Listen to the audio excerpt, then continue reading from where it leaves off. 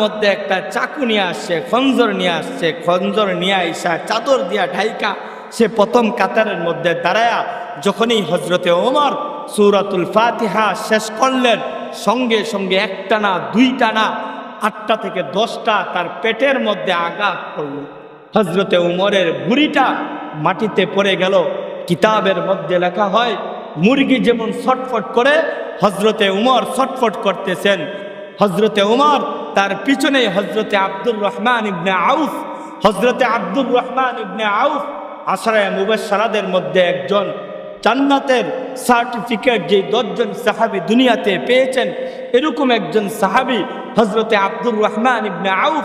হজরতে আব্দুর রহমান ইবনে আউফকে টান দিয়া সামনের দিকে ইমামতির জন্য বাড়ায়া দিলেন আর বললেন, হে আব্দুর রহমান, হে আব্দুর রহমান, তুমি নামাজ ছাড়বা না, আগে নামাজ শেষ করো।